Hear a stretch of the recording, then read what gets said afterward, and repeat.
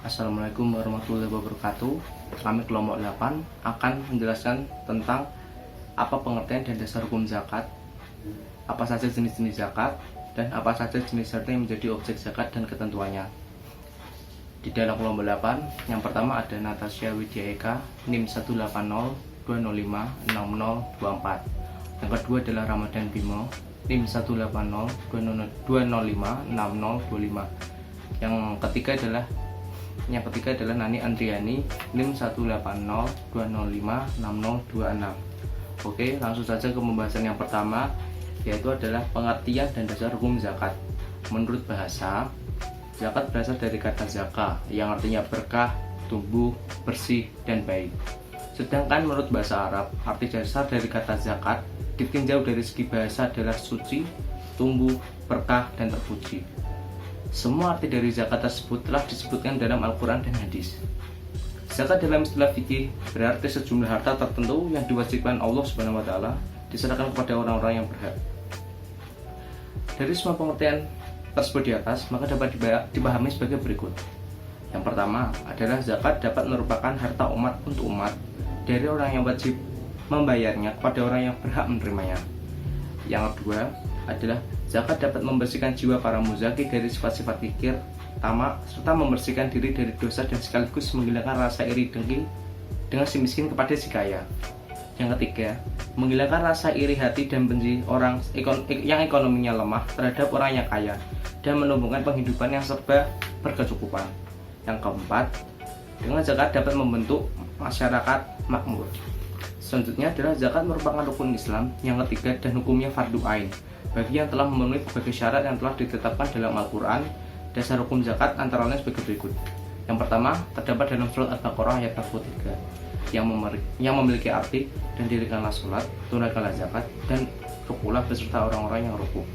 Yang kedua ada surat An-Nur ayat 56. Dalam surat An-Nur ayat 56 yang memiliki arti, dan dirikanlah sembahyang, tunaikanlah zakat, dan taatlah kepada Rasul supaya kamu diberi rahmat. Yang ketiga adalah Taubah ayat 103 yang memiliki arti, ambillah zakat dari sebagian harta mereka, dengan zakat itu kamu membersihkan dan mensucikan mereka dan berdoalah untuk mereka. Sesungguhnya doa kamu itu menjadi ketenteraman jiwa bagi mereka, dan Allah mendengar lagi Maha mengetahui. Selanjutnya, hal ini tidak dijelaskan dalam Al-Quran juga. Hal ini juga dijelaskan dalam hadis. Hal ini tercantum dalam hadis riwayat Bukhari dan Muslim dan hadis riwayat Bukhari. Sekian dari pembicara pertama, selanjutnya akan dibicarakan oleh pembicara kedua.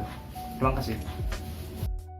Assalamualaikum warahmatullahi wabarakatuh. Perkenalkan, nama saya Nani Andriani, NIM 180-205-6026. Di sini saya akan melanjutkan materi yang sebelumnya, yaitu tentang jenis-jenis zakat. Secara umum, zakat terbagi atas dua, yaitu zakat fitrah dan zakat mal.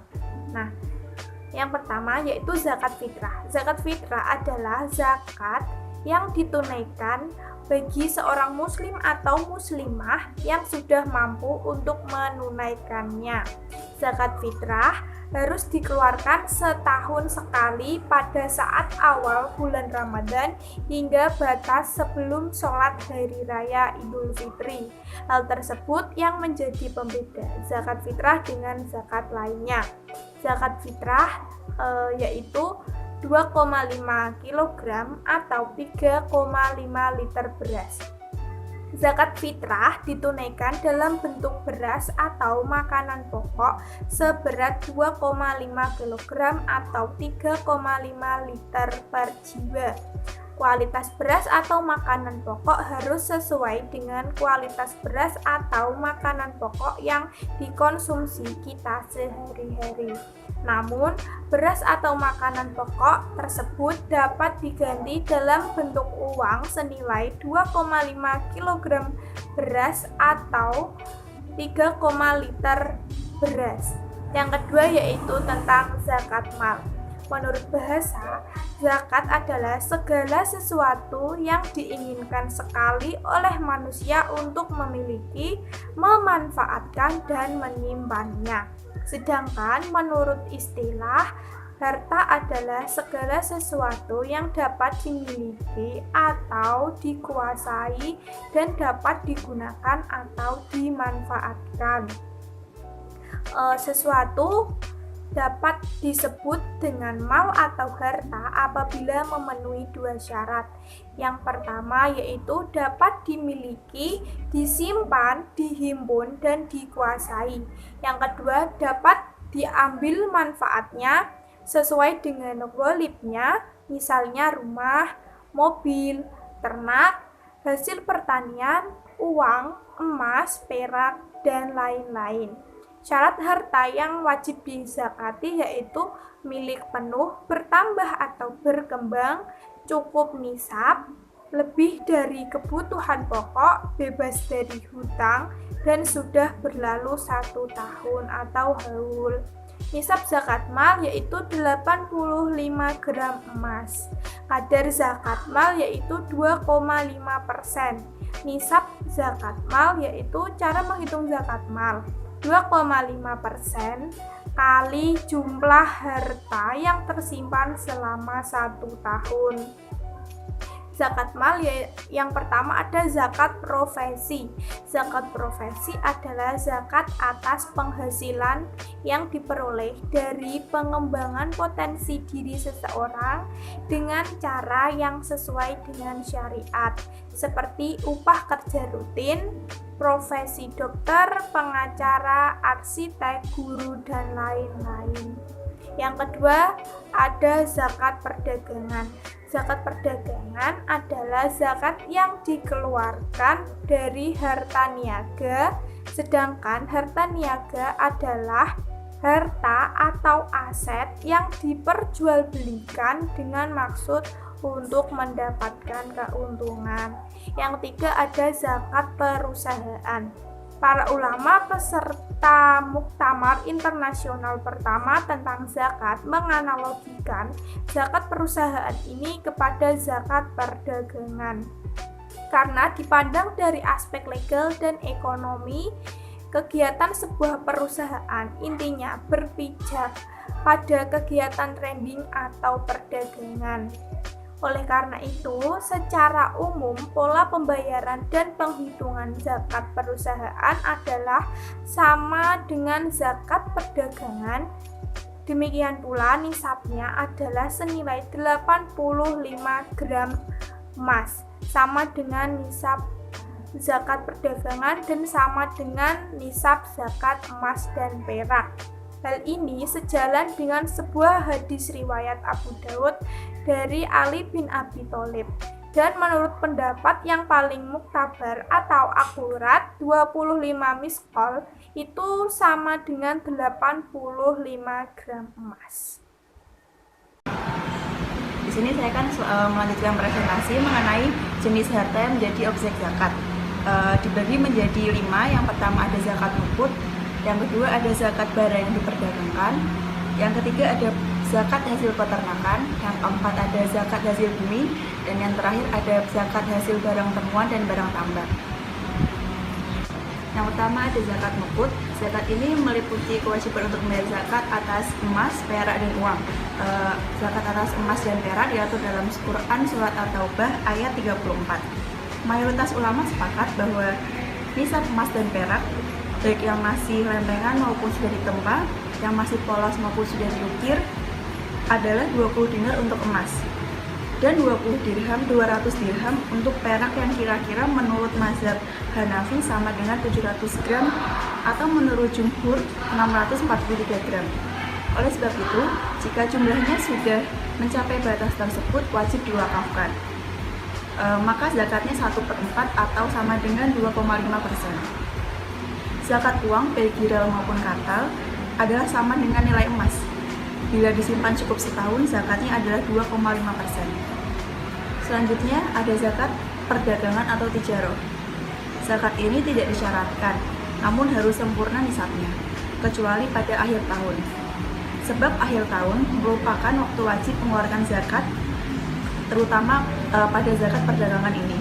Kewajiban zakat harta perdagangan terdapat pada firman Allah Quran Surat Al-Baqarah ayat 267. Zakat yang wajib dikeluarkan dari harta perdagangan adalah 1/40 harta barang dagang. Jumlah zakat yang wajib dikeluarkan adalah sama dengan zakat emas. Selanjutnya ada zakat peternakan. Perhitungan zakat ini masing-masing tipe hewan ternaknya berbeda-beda, baik nisab maupun kadar zakatnya, tergantung dari sifatnya. Sedangkan haulnya yaitu 1 hewan 1 tahun setiap 1 hewan. Zakat ini terdiri dari yang pertama zakat hasil ternak kambing, yang kedua zakat hasil ternak kerbau dan sapi, yang ketiga zakat hasil ternak unta, dan yang terakhir zakat ternak ayam, ikan, unggas. Nah saja yang pertama ada zakat hasil ternak kambing. Kambing baru diwajibkan dizakatkan apabila pemilik memiliki sedikitnya 40 ekor kambing. Di bawah jumlah ini tidak wajib untuk dizakatkan. Setiap jumlah kambing bertambah 100 ekor, maka zakatnya bertambah pula 1 ekor. Yang kedua ada zakat ternak kerbau dan sapi. Sapi dan kerbau wajib dizakatkan apabila pemilik sedikitnya memiliki 30 ekor. Di bawah jumlah ini tidak wajib dizakatkan. Dan setiap jumlah sapi atau kerbau yang bertambah 30, zakatnya bertambah 1 ekor sapi atau kerbau umur 1 tahun lebih. Dan jika setiap jumlah itu bertambah 40 ekor, maka zakatnya bertambah 1 ekor musinah atau umur 2 tahun lebih. Selanjutnya ada zakat ternak unta. Zakat ternak unta ini nisabnya adalah 5 ekor. Di bawah jumlah itu, peternak tidak wajib mengeluarkan zakat atas ternak tersebut. Ada zakat ternak ayam, ikan, unggas, dan lain-lain. Nisab pada ternak unggas dan perikanan tidak diterapkan berdasarkan jumlah sebagaimana halnya unta, sapi, dan kambing, tetapi dihitung berdasarkan skala usaha. Nisab ternak unta dan perikanan adalah setara dengan 20 dinar atau sama dengan 85 gram emas. Artinya, apabila seseorang berternak unggas atau perikanan dan pada akhir tahun dia memiliki kekayaan berupa modal kerja dan keuntungan yang lebih besar atau setara dengan 85 gram emas murni, maka ia wajib membayar zakat sebesar 2,5%. Selanjutnya ada zakat hasil bumi. Kewajiban zakat atas hasil bumi secara umum terdapat dalam firman Allah Quran Surat Al-Baqarah ayat 267. Pengeluaran zakat hasil bumi tidak harus menunggu waktu 1 tahun dimiliki, tetapi harus dilakukan setiap kali panen atau menuai. Kadar zakatnya 5% untuk hasil bumi yang diairi atas usaha petani sendiri, dan 10% apabila perairannya dari tada hujan dan tanpa ada usaha dari penanam itu sendiri. Menurut sebagian besar ulama, zakat hasil bumi tidak wajib jika belum mencapai 5 wasak atau 653 kg. Sesudah dibersihkan dari jerami dan kulitnya. Jika belum dibersihkan, maka harus mencapai 10 wasak. Seperti juga berlaku pada padi, dengan catatan jika kulitnya memang mencapai separuh sendiri jumlahnya. Dan yang terakhir adalah zakat barang tambang atau ma'din dan barang temuan atau rikas. Ma'din atau barang tambang adalah segala hal yang dikeluarkan dari bumi yang dijadikan Allah di dalamnya dan berharga, seperti timah, besi, dan sebagainya. Barang temuan atau rikas adalah barang-barang berupa harta benda yang terpendam yang disimpan oleh orang-orang dahulu. Rikas adalah harta yang ditemukan dari dalam perut bumi, yang merupakan peninggalan dari umat sebelumnya yang tidak diketahui secara pasti. Bedanya dengan barang tambang adalah rikas waktu ditemukan dalam keadaan barang jadi dan tidak memerlukan tenaga untuk mengolahnya. Sedangkan pada barang tambang dikeluarkan dari perut bumi dalam bentuk belum jadi dengan menggunakan tenaga yang maksimal. Kadar untuk zakat barang temuan adalah 20%, sedangkan ukuran kadar untuk barang tambang berbeda-beda setiap ulama. Imam Abu Hanifah dan ulama yang sejalan dengannya mengatakan bahwa zakat barang tambang sebesar 1/5 atau 20%. Beliau menyamakan hukum zakat barang tambang dengan hukum zakat rikas. Ulama-ulama yang membedakan ma'din dan rikas diantaranya adalah Imam Ahmad yang berpendapat bahwa besar zakat yang dikeluarkan yaitu 2,5% berdasarkan kias kepada zakat uang. Imam Malik dan Imam Syafi'i juga sependapat dengan pernyataan tersebut. Sebagian ulama fikih membedakannya.